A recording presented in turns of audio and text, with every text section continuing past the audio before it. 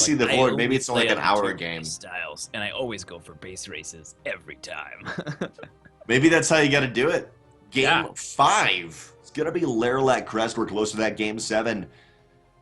Line, PiLiPiLi are looking strong, and honestly, none of them have really deviated in major, huge, mind-boggling ways. PiLiPiLi's been like, cool, I can 2 to 3 base all in with a Stargate maybe. And Bly's like, I think I can hold on 3 or 4 bases. We'll see. It's kind of been the story of this series so far, correct? Yeah, absolutely. We've had a little bit of back and forth, but especially that game, we saw PiLi go for the greed again. He's basically got 2 builds in his pocket at this point. He's got that greed build, and he's got the safe build to go for it. Well, here in the top right-hand corner of Lerlac Crest, we have the red Zerg player from Team Acer. It is Bly. Love when the top of the hatch has a mouth in it, by the way. Just realized that. The top left-hand corner, the teal Protoss player from Psystorm Gaming. It is PiLiPiLi. Lerlac Crest in these spawn positions won't be the best for PiLiPiLi if we see some intense Ling floods from Bly. You can really easily get into that third base, or my bad, technically natural or third base position of PiLiPiLi by A-moving your Lings into the second position where you're not quite always prepared for that ramp as Protoss. But we are seeing a lot of deviating walls for Protoss players, generally in the natural base, trying to just wall off the natural and make it so, you know what, there's only one way into my natural nexus, which has always been kind of cool. Now though, Bly's still figuring out what he wants to do. Maybe taking a quick third base again. Overlord's moving out. We'll see if he scouts. The 1 minute 15 second is here. For the 1 minute 15 second report, we have Bly going for a gas before pool this time around. So not the quick third that he's been accustomed to. This is actually the first deviation in the series from the Bly build. Every single other game, he's done exactly the same thing. Each time, but this time around he's going for gas before pool after the expansion. Meanwhile, we have PiLi going for his a little bit more conservative 1 gate expand. Very much attention to detail on the only 2 workers on gas, and then going into 3 after that. Actually, I think this is really beautiful. When this happens over in the Protoss space, you have it sort of timed out where it's basically like, okay, I get 16 workers, and then I just kind of rally in for the rest of these gas geysers, and they're all perfectly paired, 2 on a mineral patch. It's just anyone with OCG out there for probe pairing, you're very happy looking at this base right now. It is a happy base, like a happy tree. You're painting it up there, you're painting something. It's good. You put a little happy tree right there. A couple happy trees. That's right. Around. There are no accidents, only happy probes. Only happy probes. Yes, there are only happy probes. PiLiPiLi taking a quick 2 gas in his main. It's pretty normal, but we don't see that second gate as we have seen previously, so maybe not as quick. Chamber. Overlord's in place. This is looking like an Overlord drop. This is looking good, and I love doing this, and PiLiPiLi does not have full vision in his main. He's got a couple little gaps here and there on the very edge. It's important for PiLiPiLi to get a pylon down.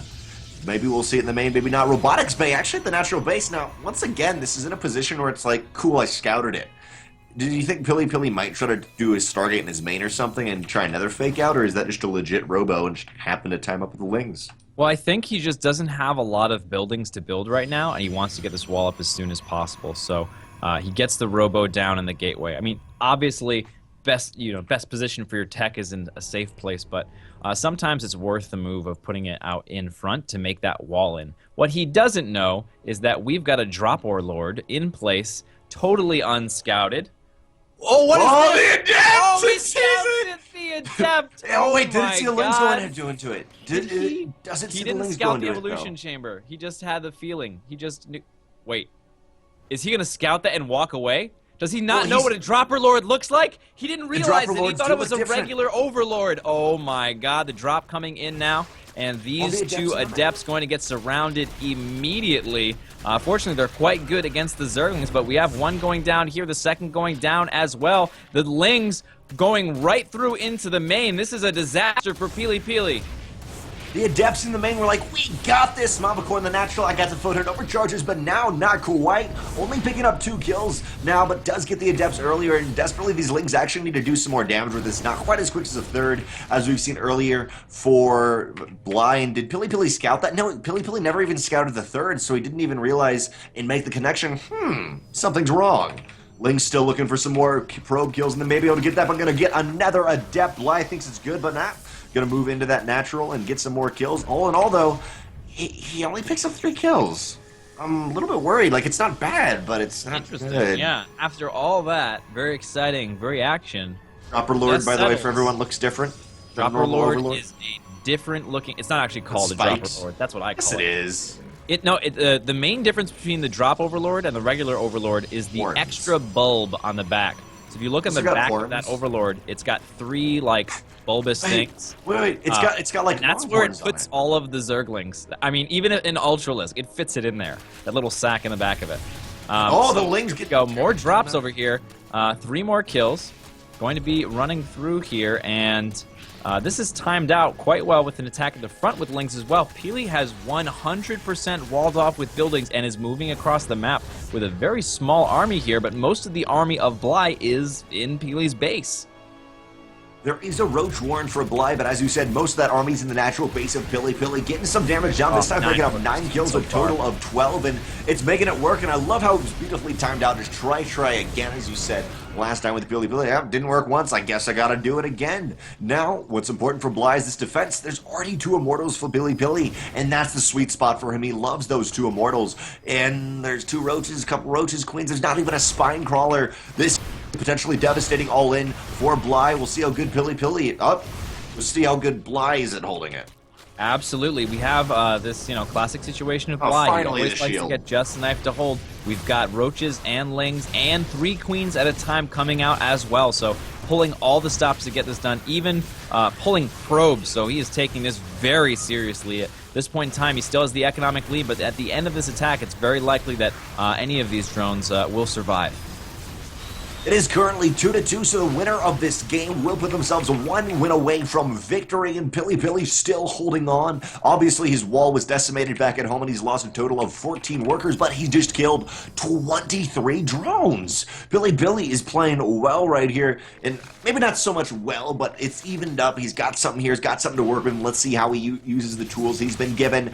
Nothing mining at the natural, nor the third. Or the third, technically, actually.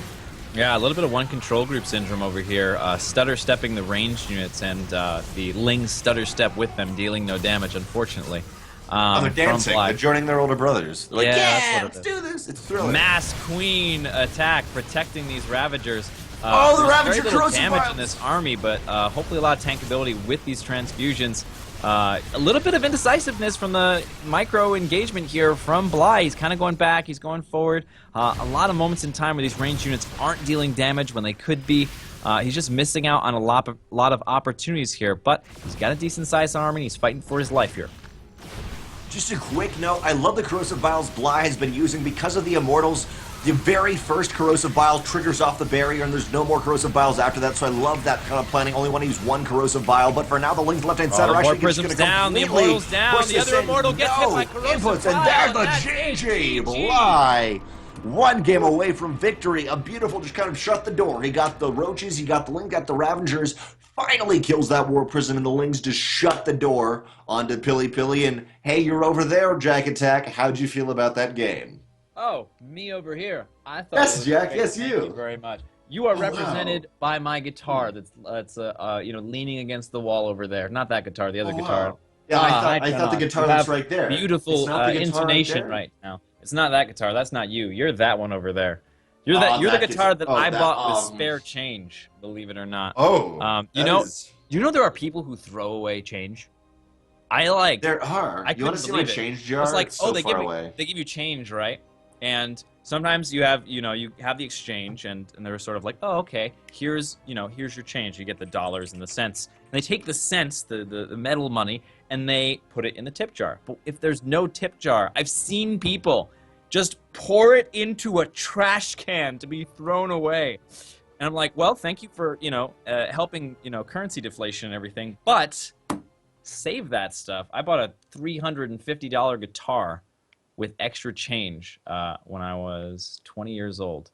I had never had an electric acoustic guitar before. Really wanted one. Going out, playing out, and stuff like that. And I saved up my years and years of money in coffee bins. Literally and 20 like, years of change went into that guitar. 20 years of change. I think it was more Like- like 5 or 6 years, but yeah. 20 years of, becoming a new person, the change set in. And by the way, you are my change jar, technically. My change jar is right over there. Wow. Yeah, you are my change jar. I am change. I'm the embodiment of change for you. Cool. That'd be a great Protoss in like GSL. You have what do you got there? I'm trying to think of who the good Protosses are at the moment. I'm blank. SOS, I guess you have. Yeah, change. Change comes in, knocks out True, knocks out Deer, knocks out Rain. Change is the destruction of StarCraft 2. Yeah, man. Or you get Shiva in there. That'll be fun. The god of destruction. That was clever. No, I know that. That was clever. Destroy you all. I will create the new meta. And there we are. You know what? Demi Love should go with that name, just because he's from India. But you should get someone to actually go with that name and be like, "Oh yeah, understanding it." But then you have the skills to back. You gotta have the skills to back it up. Like there was a player in Wings of Liberty called The Best, and he was in Codas a lot, but he never was the best at any point in time. You gotta pick one. He's got to be the best random. Just go as the best random and be like, "I got this, guys." That's an interesting achievement to have. Like we should have an all. Oh man. We should have an all-random tournament. Should happen. You know what? Wait, who's the best random player in the world? We don't know. It's probably Gumiho. We don't know. Yeah. I was talking to Tempo about doing a little FFA tournament of having. You basically need three-man FFA games. They go up to a final FFA, and like we don't care if you like team up against people. We should have that, but random. 3 FFA games with 3-man, all random. They go up to another FFA, and it's just like a bloodbath of love. Yep. StarCraft 2. Yeah, man. The brackets all look weird because it's not like double. It's 3. Like 1, 2. It's like 3 each time. So it's just like 1, 3, 9, 27. Like what? Oh, we're here in the round of 27 in the free-for-all. Like that would be so fun. I hope to get top 9 in the next tournament. Top 9. That would be a great. It's not like a Red Bull Battlegrounds Archon mode at WC event. Have like an interview. Have Huck. Oh yeah, we've been getting pretty solidly top 3, generally top 3 to top 9. You know. Fighting well. What do you need to do? No, that's why you only have 3. You have 3 games as the very lowest echelon with 3 players. They go up to just a 1 game, so it's only 2-ish bracket, 2 tiers. You have the first tier of 3 games. You have a tier of 1 game, and then you actually have just another game after that of like the top 2 of that one. I don't know. I've been thinking. You gotta make everything best of 3s though, just to keep with the everything. Wait, so what if it's a 3-man tie? That's what I'm excited about, but no, we won't worry about that. In the top right-hand corner, the Red Zerg player from the Ukraine, currently 1 game away from victory of the RSL 2015 Invitational, $100. It is Bly. And his opponent, in the bottom left-hand corner, the Teal Protoss, who loves the pause. It's okay, Bly's paused it like 20,000 times by now. That was an accurate statement, just FYI. PiLiPiLi. Exactly. PiLiPiLi going for 400. I love how they do the ping now. They're like hitting F10 and like, how much ping do I have? You have just Control Alt F will give you your frames and your ping. Crap. Top. Wait, Control Alt F. Oh wow. Oh, that's sexy. I have about probably have it running all the time. What part of the Eastern Let's just United wait. States Usually server? goes away.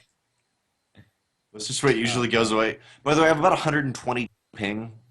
No, that's my FPS. I have 81 ping. I have 81 ping. Oh, 81 120 ping. FPS. Phenomenal. Good for you. Congratulations. Eastern United States. By the way, if anyone wants to connect and somehow, I don't know. Could you technically DDoS me with that? No, you couldn't DDoS me with any of that information.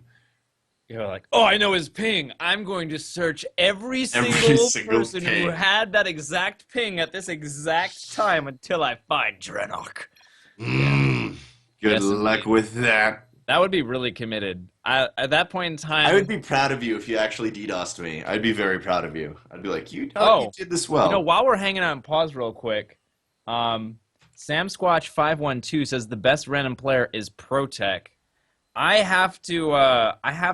Technically on ladder. Technically he is. I'm willing to bet that either Violet or Gumiho would crush him into small, bite-sized pieces. Because you have a lot of funny situations where play random. Really good Korean pro players like Violet, whatever, just to train play random. They don't do it in tournaments, but they do it to train and they do it to get better. I know Violet does technically what we had Dang it. Violet's been like top Who's the GM guy in on- 3 races since the whole time. Yeah, He's wait, always who's, top GM in all 3 races. who's on Axiom who streamed a lot? I'm blanking on his name because he played random. Oh, Balloon. No, No, not Balloon was only Balloon. MII, right? No, Balloon. Yeah, Balloon MOI was, Played but who random. on Axiom? Crap. Who's the? Ugh, let me look it up. I don't remember an Axiom player that played random. I know Gumiho and TLO played random. They were the first, way back in the day, and then both Axiom. eventually It settled down. was. No, wait. Was it Crank? Crank played a decent amount of random. Who streamed a lot towards the end of Axiom? Is that Crank? I'm blanking. Yeah, sure. Crank. It was Crank. Crank played random on ladder and Korean ladder. He played decent random in GM Korean ladder. So you got Balloon, of course. You have Violet. You have a lot of those Korean. What about Masa? I don't know Masa. I'm trying to think of what. I know Masa is a macro beast. That's what I know about Masa. I don't even know what like, happened, by the way. It just said victory. Amazing. So like, yeah, they're figuring out some stuff. Don't have to worry about it. We're just gonna, we don't have to worry about that because we have people. Okay, DrennoC, we've got people who worry about that. You know what, Jack? Right? Jack, No? please don't point at me like that. I don't. We've got people. Just don't do that. We don't gotta worry about it, dude. Take it easy. Guys, by the way, we will also just FYIs, Jack and I look into each other's eyes, and I love it. We're gonna have a weekly tournament. Of course, Yes, indeed. RSL has seasons. We just finished season 3. All the players in the 2015 Invitational, that's this one right here, were different winners, first place, second place, third, whatever, in previous seasons. They participated. They were great. And not only are we probably going to have another season that anyone can try to qualify for, but we're having a weekly tournament. And in those weekly tournaments, we're going to have a point system. And at the end of that, maybe we'll have a 2016 Invitational or 2015 Part 2 if it's really dang quick, like the next 20, 30 days. I guess what, like 30, 35, I don't know, something. I don't know how many days are in a month. Don't ask me that. I'm from America. Of course I'm not taught that in school. No, man, you're not taught anything in school. Everything that you're taught to. Actually, you know what you're taught in America. For any non-Americans. A-B-C-D-E. You are taught how to take and ace standardized tests and completely forget anything that might have been of value as soon as you're done the test. We are conditioned and perfectly built to do that. What's great is I have a great example of that exactly today, because today, I'm kind of interested in geology. I haven't taken any classes, but I'm like, I want to read some stuff on geology. So I'm reading a book, and this is at my Whoa, dude, college. you're reading the book. Calm down. You want to see my bookshelf? Oh man, I No. got so much stuff. You're a nerd too, Jack. I know you read. I'm pretty Oh, that sure. wasn't me. That was BroJack. It's okay. Oh, bro. Oh man, you got missed like it, man. personalities in you. I'm sorry. Should have said hi to BroJack, but some.